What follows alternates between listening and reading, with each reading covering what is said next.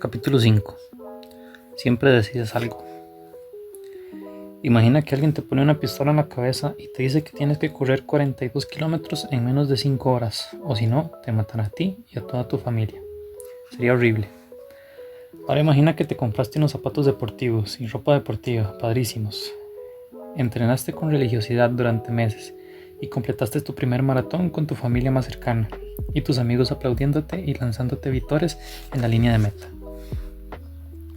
Eso podría ser en potencia uno de los momentos de más orgullo en tu vida. Los mismos 42 kilómetros. Exactamente la misma persona corriéndolos. El mismo dolor recorriéndote las mismas piernas, pero cuando escogiste libremente y estabas preparado para ello, fue un acontecimiento espléndido e impotente en tu vida. Cuando fue forzado en contra de tu voluntad, resultó ser una de las experiencias más atemorizantes y dolorosas de tu existencia. A veces, la única diferencia entre un problema doloroso o sentirte con poder es la percepción de que nosotros escogimos, que somos responsables de ello. Si tu situación actual te hace sentir miserable, de seguro se debe a que consideras que alguna parte de él está fuera de tu control, que existe un problema y que no tienes la habilidad para resolverlo. Un problema que te lanzaron sin que tuvieras elección. Cuando sentimos que elegimos nuestros problemas, nos sentimos con poder. Cuando pensamos que los problemas nos cayeron contra nuestra voluntad, nos sentimos victimizados y miserables. La elección. William James tenía problemas de verdad muy malos. A pesar de haber nacido dentro de una familia rica y prominente, desde su nacimiento sufrió problemas de salud de vida o muerte. Una afección en un ojo que lo dejó temporalmente ciego en su niñez, una terrible condición estomacal que le causaba vómitos excesivos y lo forzó a adoptar un oscuro y selectivo régimen alimenticio. Problemas con su audición, espasmos musculares de espalda tan fuertes que por días enteros no le permitían sentarse o mantenerse erguido. Debido a esos padecimientos, James pasaba la mayor parte de su tiempo en casa. No tenía muchos amigos y no era particularmente bueno para la escuela. En vez de ello, pasaba sus días pintando. Eso era lo único que le gustaba y lo único en lo que se sentía de verdad bueno. Por desgracia, nadie más pensaba que era bueno pintando. Cuando llegó a la edad adulta, nadie compró su arte y conforme pasaron los años, su padre, un empresario millonario, empezó a ridiculizarlo por su pereza y su falta de talento. Mientras tanto, su hermano menor, Henry James, se convirtió en un novelista mundialmente aclamado y su hermana Alice James también lograría un nombre como escritora. William era el tipo raro de la familia, la oveja negra. En un intento desesperado por salvar el futuro del joven, su padre recurrió a sus contactos comerciales para que William fuera admitido en la Facultad de Medicina de Harvard. Era su última oportunidad, le dijo su progenitor. Si la echaba a perder, no habría esperanza para él. Pero William nunca se sintió como en casa ni en paz en Harvard. La medicina nunca le atrajo. Todo ese tiempo se sintió como un impostor y un fraude. Después de todo, si él no podía superar sus propios problemas, ¿cómo podría esperar tener la energía para ayudar a los demás con los suyos? Un día, después de dar una vuelta por el área de psiquiatría, James escribió en su diario que sentía que tenía más en común con los pacientes que con los doctores. Así pasaron un par de años y de nuevo, con la desaprobación de su padre, William James dejó la facultad. Pero más allá de lidiar con el peso de la ira de su progenitor, decidió irse lejos. Se enlistó en una expedición antropológica a la selva amazónica. Corría la década de 1860, de modo que los viajes transcontinentales eran difíciles y peligrosos. Si alguna vez jugaste Pioneros cuando eras niño, esto era un poco como este pasatiempo, con todo y la desentería, los bueyes ahogados y todo aquello. Y así William James llegó al Amazonas, donde comenzaría la aventura real. Sorprendentemente, su frágil salud se sostuvo durante el trayecto, pero una vez ahí, durante el primer día de la expedición, de inmediato contrajo viruela y casi muere en la selva. Entonces regresaron sus espasmos musculares, tan dolorosos que no le permitían caminar. Ya para ese momento estaba demacrado y famélico por la viruela, inmovilizado por su espalda adolorida, solo y a la mitad de América del Sur. El resto de la expedición había continuado sin él. Sin una idea clara de cómo regresar a casa, un viaje que le llevaría meses y probablemente lo mataría de cualquier forma. Pero de alguna forma logró regresar a Nueva Inglaterra, donde lo recibió su aún más decepcionado padre. Para este momento, el joven ya no era tal, ya rozaba los 30 años, Seguía desempleado, fracasaba en todo lo que emprendía, con un cuerpo que de modo rutinario lo traicionaba y no parecía que fuera a mejorar.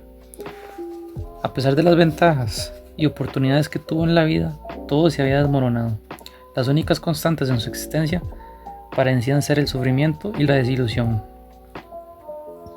William cayó en una gran depresión y empezó a considerar la idea de quitarse la vida.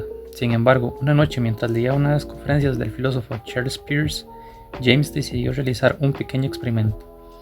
En su diario escribió que pasaría un año completo creyendo que era 100% responsable de todo lo que ocurriera en su vida, lo que fuera. Durante ese periodo haría todo lo que estuviera en su poder para cambiar sus circunstancias, sin importar la probabilidad de fracasar. Si nada mejoraba en ese año, entonces sería obvio que en verdad no tenía poder sobre las circunstancias a su alrededor, y entonces se quitaría la vida. ¿Qué pasó al final? William James consiguió convertirse en el padre de la psicología estadounidense. Su trabajo ha sido traducido a todos los idiomas habidos y por haber, y es reconocido como uno de los psicólogos, filósofos e intelectuales más influyentes de su generación. Regresó a Harvard como profesor e impartió conferencias por Estados Unidos, Europa y el mundo. Se casó y tuvo 5 hijos, uno de ellos, Henry, se convirtió en famoso biógrafo y ganó un premio Pulitzer. Años después, James se refería a su pequeño experimento como su renacimiento, y a este le daría el crédito de cada logro sucesivo en su vida. Hay un simple detalle del que se deriva toda mejora personal y todo crecimiento, la comprensión de que somos individualmente responsables de todo en nuestras vidas, sin importar las circunstancias externas. No siempre controlamos lo que nos sucede, pero siempre controlamos cómo interpretamos lo que nos sucede y cómo respondemos a ello. Ya sea que lo reconozcamos de manera consciente o no, siempre somos responsables de nuestras experiencias, es imposible no serlo. Elegir no interpretar conscientemente los eventos en nuestras vidas es una forma de interpretar los eventos en nuestras vidas. Elegir no responder a los eventos en nuestras vidas es una manera de responder a los eventos de nuestras vidas. Incluso si te atropella un coche lleno de payasos y encima te orinan todos los niños de un camión de escuela, sigue siendo tu responsabilidad interpretar el significado del evento y elegir una respuesta. Nos guste o no, siempre adoptamos un papel activo en lo que ocurre dentro de nosotros y a nosotros. Siempre estamos interpretando el significado de cada momento y de cada situación. Siempre elegimos los valores sobre los que nos desenvolvemos y los parámetros con los que volamos todo lo que nos sucede. A menudo, un mismo evento puede ser bueno o malo, dependiendo del parámetro que elijamos usar. El punto es, siempre estamos eligiendo, tanto si lo reconocemos como si no. Siempre. Todo se resume a cómo. En realidad no existe tal cosa como que te importe un carajo. Es imposible. A todo nos tiene que importar algo. Que te importe un carajo todo es darle importancia a algo. Las verdaderas preguntas son ¿a qué elegimos darle importancia? ¿Sobre qué valores estamos eligiendo basar nuestras acciones? ¿Qué parámetros elegimos para evaluar nuestras vidas? ¿Son estas buenas elecciones, buenos valores y buenos parámetros? La falacia de la responsabilidad o culpa. Hace años, cuando era más joven y más estúpido, escribí una entrada en mi blog y al final externé algo así. Y como alguna vez un gran filósofo dijo, un gran poder conlleva una gran responsabilidad. Sonaba bien y autoritario, no podía recordar quién lo había dicho y mi búsqueda en Google no regresó nada, pero dejé la cita ahí, de cualquier forma le quedaba bien a la publicación. 10 minutos después llegó el primer comentario. Creo que el gran filósofo al que te refieres es el tío Ben de la película El Hombre Araña. Como también otro gran filósofo dijo, ups, un gran poder conlleva una gran responsabilidad. Las últimas palabras del tío Ben antes de que un ladrón al que Peter Parker vio escapar con anterioridad lo asesinara por alguna razón absolutamente inexplicable en una banqueta repleta de gente. Ese gran filósofo. De todas formas, todos conocemos la frase, se repite mucho, por lo general irónicamente y después de 7 cervezas. Pero es uno de esos lemas perfectos que de verdad suenan inteligentes y sin embargo te dicen lo que básicamente ya sabes, incluso si nunca lo habías considerado antes. Un gran poder conlleva una gran responsabilidad. Es cierto, pero hay una mejor versión de este concepto. De hecho, es más profunda y todo lo que tienes que hacer es invertir los sustantivos. Una gran responsabilidad conlleva un gran poder. Mientras más elijamos aceptar la responsabilidad de nuestras vidas, más poder tendremos sobre ellas. Aceptar las responsabilidades de nuestros problemas es, entonces, el primer paso para resolverlos. Alguna vez conocí a un hombre que estaba convencido de que la razón por la que ninguna mujer salía con él consistía en que era muy bajito.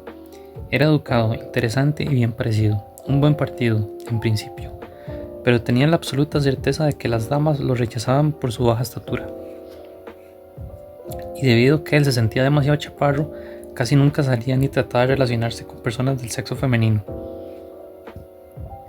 Las pocas veces que lo hizo, regresaba de inmediato a su casa si la mujer con quien platicaba le hacía entrever que para ella él no era suficientemente atractivo. Entonces se convencía de que no le había agradado, incluso aunque sí le hubiese gustado. Como te puedes imaginar, su vida amorosa apestaba. No se daba cuenta de que él mismo había elegido el valor que lo lastimaba, la estatura. Asumió que las mujeres solo se sentían atraídas por la altura. Estaba jodido, sin importar lo que hiciera. Esta elección de valor le quitaba poder, le dio a este hombre un problema de verdad patético, no ser lo suficientemente alto, según su perspectiva. En un mundo destinado a la gente alta, había muchos más valores que pudo haber adoptado en su vida amorosa. El pensar que solo quiero salir con mujeres que me quieran por lo que soy, había constituido un buen lugar para comenzar, un parámetro que apreciara los valores de la honestidad y la aceptación. Pero él no optó estos valores, tal vez ni siquiera se mostraba consciente de que estaba escogiendo ese valor o de que podía hacerlo, aunque no se percatara, era responsable de sus propios problemas. A pesar de esa responsabilidad, seguía quejándose. Es que no tengo opción, le decía al barman. No hay nada que pueda hacer, las mujeres son superficiales y vanas y nunca les gustaré. Sí, es culpa de todas y de cada una de las mujeres, al que no les agrade un tipo que se autocompadece de sí mismo, un tipo superficial con valores desechables, obviamente. Mucha gente duda al hacerse responsable de sus problemas, porque cree que ser responsable de sus problemas significa tener la culpa de los mismos. La responsabilidad y la culpa a menudo aparecen juntas en nuestra cultura, pero no son lo mismo. Si te pego con mi auto es mi culpa y quizás soy legalmente responsable de resarcir el daño de alguna forma. Incluso si pegarte con mi coche fue un accidente, sigo siendo responsable. Esta es la forma en que la culpa actúa en nuestra sociedad. Si te equivocas, debes hacer algo para remediarlo, y así debería ser. Pero también hay problemas que no son nuestra culpa, y aún así somos responsables de ello. Por ejemplo, si te despertaras un día y hallaras un bebé recién nacido afuera de tu casa, no sería tu culpa que alguien lo abandonara ahí. El niño ahora sería tu responsabilidad, tendrías que elegir qué hacer. Y lo que fuera que decidieras, quedártelo, deshacerte de él, ignorarlo, dárselo de comer al pitbull, tendrían problemas asociados a esa elección y también serías responsable de ellos. Los jueces no tienen elección sobre los casos que reciben. Cuando un caso llega a la corte, el juzgador asignado a él no cometió el crimen, no fue testigo del crimen y no fue afectado por el crimen, pero él o ella también son responsables de ese crimen. El juez debe entonces elegir las consecuencias. Él o ella debe identificar el parámetro con el que será juzgado el crimen y asegurarse de que dicho parámetro se ejecute. Somos responsables de las experiencias que a veces no son nuestra culpa. Esto es parte de la vida. Aquí hay una manera de considerar la diferencia entre los dos conceptos. Culpa es tiempo pretérito, responsabilidad es tiempo presente. La culpa resulta de las elecciones que se han hecho. La responsabilidad deriva de las elecciones que estamos haciendo en este momento, en cada segundo del día. Tú estás eligiendo leer esto, eliges pensar en los conceptos, estás eligiendo aceptarlos o desecharlos. Puede ser mi culpa que creas que mis ideas son sosas, pero tú eres responsable de llegar a tus propias conclusiones. No es tu culpa que yo eligiera escribir esta oración, pero aún así eres responsable de elegir leerla o no leerla. Existe una diferencia entre culpar a alguien más por tu situación y que la persona en realidad sea responsable de tu situación. Nunca nadie es responsable de tu situación más que tú. Mucha gente puede tener la culpa de tu infelicidad, pero nadie jamás será responsable de tu infelicidad, más que tú. Lo anterior obedece a que tú siempre puedes elegir cómo percibes las cosas, cómo reaccionas ante las cosas, cómo valoras las cosas. Siempre puedes elegir el parámetro con el que evaluarás tus experiencias. Mi primera novia me cortó de la manera más espectacular, me engañaba con su maestro, fue maravilloso, y por maravilloso me refiero a que lo sentí como si recibiera 253 puñetazos en el estómago. Para hacerlo peor, cuando lo enfrenté sobre el asunto, rápidamente me dejó por él. 3 años juntos que se fueron al caño, así como así. Los siguientes meses me sentí miserable, era de esperarse, pero también la responsabilicé por mi desdicha. lo cual, créeme, no me llegó muy lejos, solamente empeoró mi sufrimiento.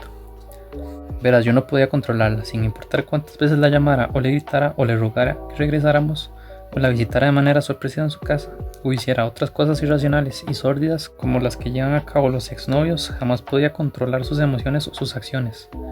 Últimamente, aunque ella tenía la culpa de cómo me sentía yo, nunca fue responsable de cómo me sentía. Lo era yo. En algún momento, después de suficientes lágrimas y alcohol, mi tren de pensamiento cambió y comencé a comprender que, aunque me había lastimado y era culpable por ello, ahora era mi propia responsabilidad hacerme feliz yo mismo de nuevo. Ella nunca regresaría a arreglar mi mundo, tenía que arreglarlo yo mismo. Cuando me enfoqué en esta certeza, varias cosas sucedieron. De entrada, empecé a mejorar. Inicié una rutina de ejercicio y pasaba más tiempo con mis amigos, a los que había dejado de lado por salir con ella. Deliberadamente me dispuse a conocer gente nueva. Aproveché una oportunidad de estudiar afuera y trabajé como voluntario, y poco a poco, de manera lenta, comencé a sentirme mejor. Aún sentía rencor por mi ex, por haber hecho lo que hizo, pero al menos ahora estaba tomando la responsabilidad de mis propias emociones. Y al hacerlo, elegía mejores valores dirigidos a cuidarme a mí mismo, aprender a sentirme mejor acerca de mí mismo, en vez de enfocarlos a conseguir que ella arreglara lo que había roto. Por cierto, todo esto de hacerla responsable de mis emociones es quizás parte de la razón por la cual me dejó. Les contaré más en un par de capítulos. Entonces, casi un año después, empezó a suceder algo gracioso. Conforme veía en retrospectiva nuestra relación, comencé a notar problemas que no había detectado antes, problemas en los que yo tenía la culpa y que yo pude haber hecho algo para resolverlos. Me di cuenta de que tal vez no era un gran novio y que la gente no traiciona a alguien de pronto y por acto de magia, a menos de que haya sido infeliz por algún motivo. No pretendo justificar lo que hizo mi ex, para nada, pero reconocer mis errores me permitió comprender que quizás yo no había sido la víctima inocente que creía ser, que yo había desempeñado un papel al permitir que esa relación tan mala continuara por tanto tiempo hasta que terminó. Después de todo, las personas que entablan una relación tienden a adoptar valores similares, y si yo estuve con alguien que mantuvo valores tan mediocres durante mucho tiempo, ¿qué decía eso de mí y de mis propios valores? Tuve que aprender a la mala que si la gente en tus relaciones es egoísta y sus relaciones te lastiman, es probable que tú también lo hagas, solo que no te has dado cuenta. En retrospectiva, fui capaz de ver hacia atrás y encontrar señales de alerta en la personalidad de mi exnovia, señales que yo había escogido ignorar o desestimar cuando estaba con ella. Esa era mi culpa. Pude darme cuenta de que tampoco había sido el novio del año. De hecho, a menudo me comporté frío y arrogante con ella. Otras veces la di por segura, la ignoré y la lastimé. Estas cosas también eran mi culpa. ¿Mis errores justificaron su error? No, pero aún así asumí la responsabilidad de no volver a cometerlos nunca más y jamás dejar de pasar de nuevo esas mismas señales, para garantizar que no sufriría una vez más las mismas consecuencias. Asumí la responsabilidad de esforzarme para que mis futuras relaciones con las mujeres resultaran mucho mejores. Y me alegra reiterar que lo he logrado. Ya no me traicionaron más novias, ni recibí 253 puñetazos en el estómago. Asumí la responsabilidad de mis problemas y con base en ellos mejoré. Asumí mi responsabilidad por mi papel en esa relación enfermiza y pude mejorar mis relaciones subsecuentes. ¿Y sabes qué? El que me dejara mi ex, a pesar de ser una de las experiencias más dolorosas que he tenido, fue una de las vivencias más trascendentes y decisivas de mi vida. Les reconozco haberme inspirado bastante crecimiento personal. Aprendí más de ese único problema que de una docena de mis éxitos combinados. A todos nos encanta asumir la responsabilidad del éxito y la felicidad. Caray, a veces incluso discutimos por quién se queda con la responsabilidad del éxito y la felicidad. Pero asumir la responsabilidad de nuestros problemas es mucho más importante. Ahí es donde inicia la verdadera mejora de vida. Simplemente culpar a los demás es hacerte daño a ti mismo. Responder a la tragedia. Pero ¿qué hay sobre los eventos realmente trágicos? Mucha gente puede estar de acuerdo con eso de asumir la responsabilidad de los problemas del trabajo o de ver demasiada televisión cuando en realidad debería estar jugando con sus hijos o siendo productiva. Pero cuando se trata de tragedias horribles, jalan el cordón de emergencia en el tren de la responsabilidad y se bajan tan pronto como se detiene el ferrocarril. Algunas cosas les son demasiado dolorosas como para enfrentarlas. Piénsalo así, la intensidad del evento no cambia la verdad subyacente. Si te asaltan, digamos, obviamente no tienes la culpa de que te roben, nadie jamás escogería pasar por algo así. Pero así como el bebé afuera de tu casa, eres lanzado de inmediato a la responsabilidad en una situación de vida o muerte. Te defiendes, entras en pánico, lo reportas a la policía, tratas de olvidarlo y finges que nunca sucedió. Estas son todas las opciones y reacciones de las que eres responsable de asumir o desechar. Tú no escogiste el asalto, pero aún es tu responsabilidad manejar las consecuencias emocionales, psicológicas y legales de la experiencia. En 2008 los talibanes tomaron el control de Swat Valley, una parte remota en el noreste de Pakistán, donde rápidamente implementaron su agenda extremista islámica. Cero televisión, cero películas, cero mujeres fuera de su casa sin un acompañante varón, cero niñas en las escuelas. Para 2009, una niña pakistaní de 11 años llamada Malala Yousafzai empezó a manifestar su desacuerdo con la prohibición de la educación escolar para el sexo femenino. Ella continuó asistiendo a su escuela local, poniendo en peligro su vida y la de su papá. También asistía a conferencias en ciudades cercanas. Malala escribió en línea: ¿cómo se atreven los talibanes a quitarme mi derecho a la educación? Un día, en 2012, a la edad de 14 años, recibió un tiro en la cara mientras viajaba en el autobús que la trasladaba a su casa después de asistir a la escuela. Un soldado talibán enmascarado y armado con un rifle se trepó al vehículo y preguntó: ¿quién es Malala? Dígame o le dispararé a todos aquí. Malala se identificó, una lección asombrosa en sí misma y de sí misma, y el hombre le disparó en la cara frente a los demás pasajeros. Malala entró en coma y estuvo a punto de perder la vida. Los talibanes declararon públicamente que si de alguna forma sobrevivía al atentado, además de ella, ahora matarían a su padre. En la actualidad, Malala aún vive. Aún habla de la violencia y la opresión en contra de las mujeres en los países musulmanes, solo que ahora lo hace como una autora bestseller. En 2014 recibió el Premio Nobel de la Paz por sus esfuerzos. Parece que haber recibido un balazo en el rostro solo le proveyó una audiencia más grande y más valentía que antes. Podría haber sido fácil para ella mentir y decir no puedo hacer nada, o no tengo opción.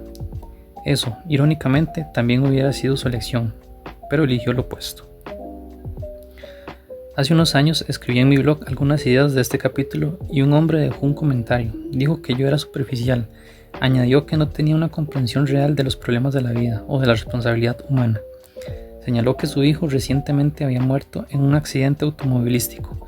Me acusó de no saber lo que es el dolor verdadero. Dijo que yo era un cabrón por sugerir que él era responsable del dolor que sentía por el fallecimiento de su vástago. Obviamente el hombre había sufrido un dolor más grande del que la mayoría de gente tiene que enfrentar jamás en su vida. Él no escogió que su hijo muriera, ni fue su culpa el que feneciera. Tenía la responsabilidad de enfrentar su pérdida, a pesar de que era clara y comprensiblemente indeseada. Pero a pesar de ello, él era el responsable de sus propias emociones, creencias y acciones. La manera como reaccionó a la muerte de su hijo fue su propia elección. El dolor de uno u otro tipo es inevitable para todos, pero tenemos el derecho de elegir lo que significa para nosotros. Incluso al decretar que él no tenía opción y que solo deseaba a su hijo vivo de nuevo, él estaba eligiendo. Esa fue una de las muchas formas en las que pudo haber elegido usar ese dolor. Por supuesto que no le dije nada de eso a él. Yo estaba demasiado ocupado horrorizándome y pensando que sí, que probablemente esto me rebasaba y que no tenía la más mínima idea de lo que estaba hablando. Ese es un peligro latente en mi línea de trabajo, un problema que yo escogí y un problema que es mi responsabilidad afrontar. Al principio me sentí fatal, pero después de unos minutos comencé a ponerme furioso. Sus objeciones tenían muy poco que ver con lo que yo, de hecho, afirmaba en mi artículo. Me dije: ¿y qué carajos? Solo porque no tengo un hijo que haya muerto no significa que no haya experimentado un dolor horrible. Pero entonces apliqué mi propio consejo, elegí mi problema. Me podía enojar con ese hombre e iniciar una discusión, tratar de demostrar quién de los dos había sufrido más, lo que solo nos habría hecho a ambos estúpidos e insensibles. O podía elegir un mejor problema, trabajar en practicar la paciencia, comprender mejor a mis lectores y tener presente a ese hombre cada vez que escribiera sobre dolor y traumas de ahí en adelante. Y eso es lo que he tratado de hacer desde entonces. A él simplemente le respondí que sentía su pérdida y dejé el tema ahí. ¿Qué más pude decir? La genética y las cartas que nos tocaron. En 2013, la BBC reunió a media docena de adolescentes con trastorno obsesivo compulsivo, TOC, y los acompañó conforme recibían terapias intensivas para ayudarlos a superar sus pensamientos indeseados y sus comportamientos repetitivos. Una de ellas era Imogen, una niña de 17 años que tenía la necesidad compulsiva de tocar cada superficie por la que pasara. Si fallaba en el intento, la inundaban pensamientos terribles de su familia muriendo. También estaba Josh, quien necesitaba hacer todo con ambos lados de su cuerpo: saludar a alguien con la mano izquierda y con la derecha, comer con ambas manos, atravesar una puerta con los 2 pies, etc. Si él no sintonizaba sus 2 lados, sufría severos ataques de pánico.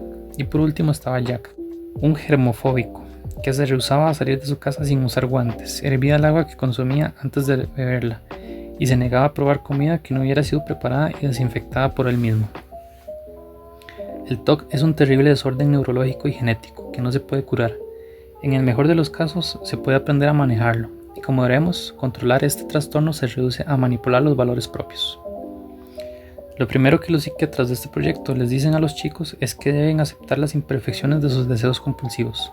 Lo que eso significa, como ejemplo, es que cuando a Imogen la inundan los terribles pensamientos de su familia que muere, ella debe aceptar que sus seres queridos pueden morir y que no hay nada que ella pueda hacer. Puesto de manera sencilla, le están diciendo que lo que le sucede no es su culpa. Entre tanto, Josh es forzado a aceptar que, a largo plazo, sintonizar sus comportamientos para conciliarlos en realidad le está infligiendo más daño a su vida de lo que sus ocasionales ataques de pánico le causarían. Y a Jack le recuerdan que no importa lo que haga, los gérmenes siempre están presentes y siempre lo infectarán. El objetivo es conseguir que los jóvenes reconozcan que sus valores no son racionales, que de hecho sus valores ni siquiera son suyos, sino de su trastorno, y que al consentir estos valores irracionales están de hecho dañando su habilidad para funcionar en la vida. El siguiente paso es alentarlos a elegir un valor que sea más importante que el que posee su TOC y enfocarse en él. Para Josh es la posibilidad de no tener que esconder su trastorno a sus amigos y familiares todo el tiempo, la posibilidad de desarrollar una vida social normal y funcional. Para Imogen es la idea de tomar el control sobre sus propios pensamientos y sentimientos y ser feliz de nuevo. Y para Jack es la habilidad de salir de su casa por periodos prolongados sin sufrir episodios traumáticos. Con estos nuevos valores al frente y al centro de sus mentes, los adolescentes se abocaron a realizar ejercicios de desensibilización intensiva que los forzarán a vivir sus nuevos valores. Los ataques de pánico se presentaron. Las lágrimas rodaron por las mejillas y Jack golpeó varios objetos inanimados y después se lavó las manos de inmediato. Pero para el final del documental se había logrado un gran progreso. Imogen ya no necesitaba tocar cada superficie que se encontrara en su camino. Comentaba: aún hay monstruos en mi cabeza y probablemente siempre los habrá, pero ahora están más silenciosos. Josh es capaz de alcanzar lapsos de 25 o 30 minutos sin tener que sintonizar las conductas entre ambos lados de su cuerpo, y Jack, quien tuvo quizás la mayor mejoría, ahora es capaz de asistir a restaurantes y beber directo de botellas de agua o vasos sin tener que lavarlos antes. Jack resume lo que ha aprendido: yo no elegí esta vida, yo no elegí esta horrible enfermedad, pero puedo elegir cómo vivir con ella, debo escoger cómo vivir con ella. Muchas personas que nacieron con desventaja, ya sea TOC o estatura baja o algo muy diferente, eligen pensar que esta les ha robado algo sumamente valioso. Sienten que no hay nada que puedan hacer al respecto, así que evaden asumir la responsabilidad de su situación. Piensan algo como: yo no escogí esta genética de porquería, así que no es mi culpa si todo sale mal. Y es verdad, no es su culpa, pero aún así es su responsabilidad. Cuando cursaba la universidad, tuve la loca fantasía de convertirme en jugador profesional de póker. Ganaba dinero y todo, y fue divertido, pero después de un año de juego serio me retiré. El estilo de vida de desvelarme toda la noche mirando fijamente el monitor de la computadora, ganando cientos de dólares en un día y perdiendo la mayor parte al día siguiente, no era para mí, y no era exactamente el medio de subsistencia más sano o más estable en términos emocionales. Pero mi tiempo de jugar póker tuvo una sorprendente y profunda influencia en la forma en la que veo la vida.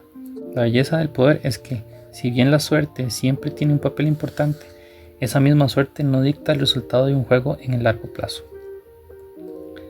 A una persona le pueden repartir cartas terribles y aún así ganarle a quien le tocó una gran mano. Claro, quien posee las mejores cartas tiene mayor probabilidad de ganar la partida, pero al final el vencedor está determinado por: sí, acertaste, las elecciones que cada jugador hace en el juego. Yo concibo la vida en esos mismos términos. A todos nos reparten cartas, a algunos nos tocan mejores cartas que a otros. Y si bien es fácil obsesionarnos con las cartas que tenemos y sentir que nos tocó una pésima partida, el juego real consiste en las elecciones que hacemos con esas cartas, los riesgos que decidimos tomar y las consecuencias con las que elegimos vivir. La gente que de manera consistente toma las mejores decisiones en las situaciones que se les presentan son aquellas que por lo general salen avante en el póker, igual que en la vida, y no es necesariamente la gente con las mejores cartas. Hay quienes sufren psicológica y emocionalmente por deficiencias neurológicas o genéticas, pero eso no cambia nada, ¿cierto? Heredaron una mala partida y no es su culpa. No se le puede culpar de ser chaparrito al tipo bajito por querer una cita. A la persona que le roban no se le puede culpar por haber sido asaltada, pero aún es su responsabilidad, ya sea que escojan buscar tratamiento psiquiátrico, ir a terapia o no hacer nada, la elección es suya. Hay quienes sufren por una mala infancia, hay quienes son abusados y violados y lastimados física, emocional y financieramente. A ellos no se les puede culpar por sus problemas y sus obstáculos, pero aún así son responsables, siempre son responsables, de seguir adelante a pesar de sus problemas y de elegir las mejores opciones que puedan, dadas sus circunstancias. Y seamos honestos, si sumaras a todas las personas que padecen de algún desorden psiquiátrico, que luchan contra la depresión o contra pensamientos suicidas, que han sido sujetos a negligencia o abuso, que han pasado por la tragedia o la muerte de un ser querido, o que han sobrevivido a serios problemas de salud, accidentes o traumas, si sumas a todas esas personas, si les pusieras en una habitación, bueno, quizás tendrías que llamarnos a todos nosotros, porque nadie pasa por la vida sin coleccionar algunas cicatrices en el camino. Es cierto, algunas personas enfrentan mucho peores problemas que nosotros, y algunos son legítimamente victimizados de maneras terribles. Pero tanto como esto nos trastorne o nos moleste, no cambia en nada la ecuación de la responsabilidad de nuestra situación individual. Victimismo chic. La falacia de la responsabilidad, culpa, le permite a la gente endosarle a los demás la responsabilidad de resolver sus problemas. Esta habilidad de deshacerse de la responsabilidad a través de la culpa le otorga a las personas un bienestar efímero y la sensación de creerse con derecho a todo. Desafortunadamente, un efecto colateral del internet y de las redes sociales es que se ha vuelto más fácil que nunca lanzarle la responsabilidad, incluso por la más mínima de las infracciones, a algún otro grupo o persona. De hecho, este juego de culpa-vergüenza se ha hecho tan popular que en ciertas esferas se ve como algo cool. Compartir públicamente las injusticias atrae más atención y más efusividad emocional que en cualquier otro evento en las redes sociales. Legitima al tipo de persona que perpetuamente se siente victimizada con cantidades enormes de atención y simpatía. El victimismo chic está de moda por todos lados hoy, entre los ricos y los pobres. De hecho, puede que esta sea la primera vez en la historia de la humanidad en la que cada grupo demográfico se ha sentido injustamente victimizado de manera simultánea. Todos van montados en la indignación moral que eso trae consigo. En este momento, cualquiera que se sienta ofendido por cualquier circunstancia, ya sea el hecho de que un libro sobre racismo fue autorizado como parte de una clase universitaria, o que los árboles de Navidad fueron prohibidos en el supermercado local, o que subieron los impuestos medio punto en los fondos de inversión, todos se sienten oprimidos de alguna manera y piensan que en cierto modo merecen estar muy molestos y obtener un cierto grado de atención. El ambiente mediático actual por un lado alienta y por el otro perpetúa estas acciones porque, después de todo, es bueno para el negocio. El escritor y comentador de medios Ryan Holiday se refiere a esto como pornografía del atropello. Más que reportar historias y temas reales, los medios consideran más fácil y más rentable encontrar algo medianamente ofensivo y difundirlo en una amplia audiencia, generar molestia y entonces transmitir esa molestia a la población de una forma en la que cause molestia en otra sección de la población. Esto desata un tipo de eco de tonterías que viene y va entre dos posturas imaginarias, mientras distrae a todos de los verdaderos problemas sociales. No sorprende entonces que estemos más políticamente polarizados que nunca. El mayor problema con el victimismo chic es que acapara y resta atención a las verdaderas víctimas.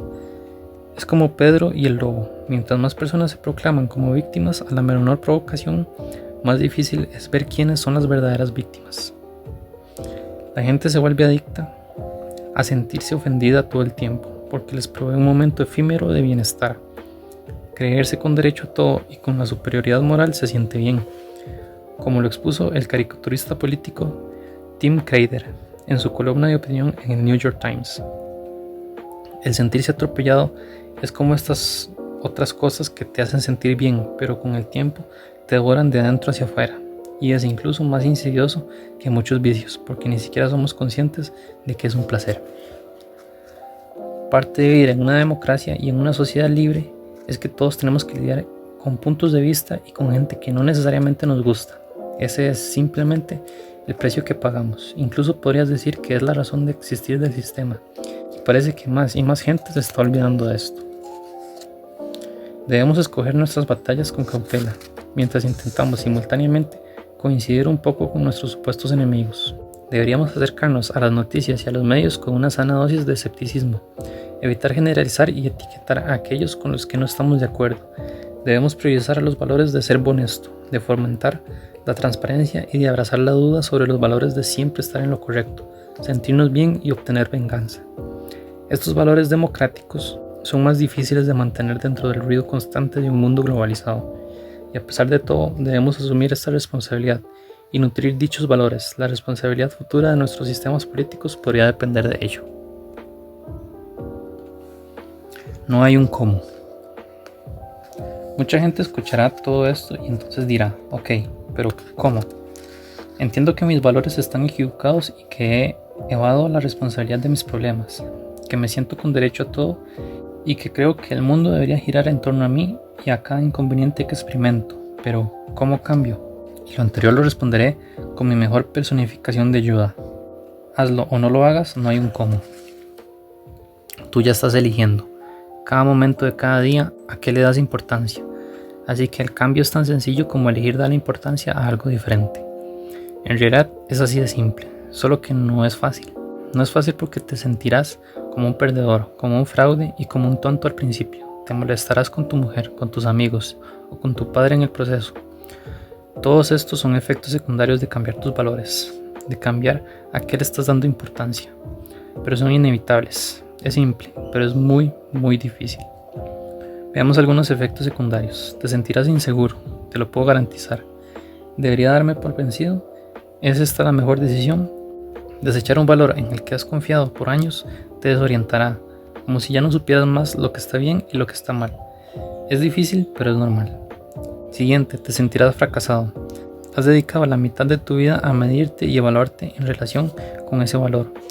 Así que cuando cambies tus prioridades y tus parámetros y dejes de comportarte de la manera que lo hacías antes, fracasarás en alcanzar ese antiguo y confiable parámetro, lo que te llevará a sentirte inmediatamente como un fraude o un don nadie. Eso también es normal e incómodo. Y ciertamente encontrarás rechazo. Muchas relaciones de tu vida se construyeron alrededor de los valores que has mantenido, así que en el momento en el que los cambies, cuando decidas que estudiar es más importante que irte de fiesta o casarte, y formar una familia es más importante que el sexo desenfrenado, o que hacer lo que te gusta es más importante que el dinero. El cambio de tendencia se reflejará en todas tus relaciones y muchas explotarán en tu cara. Eso también es normal e incómodo. Aunque dolorosos, estos efectos secundarios son necesarios, pues te permiten elegir lo que realmente vale la pena, elegir cosas mucho más importantes y más valiosas donde poner tu energía. Conforme reorganizas tus valores, te encontrarás con el rechazo tanto interno como externo. Más que nada, te sentirás inseguro. Te preguntarás si lo que haces está mal, pero como veremos más adelante, eso es una buena señal.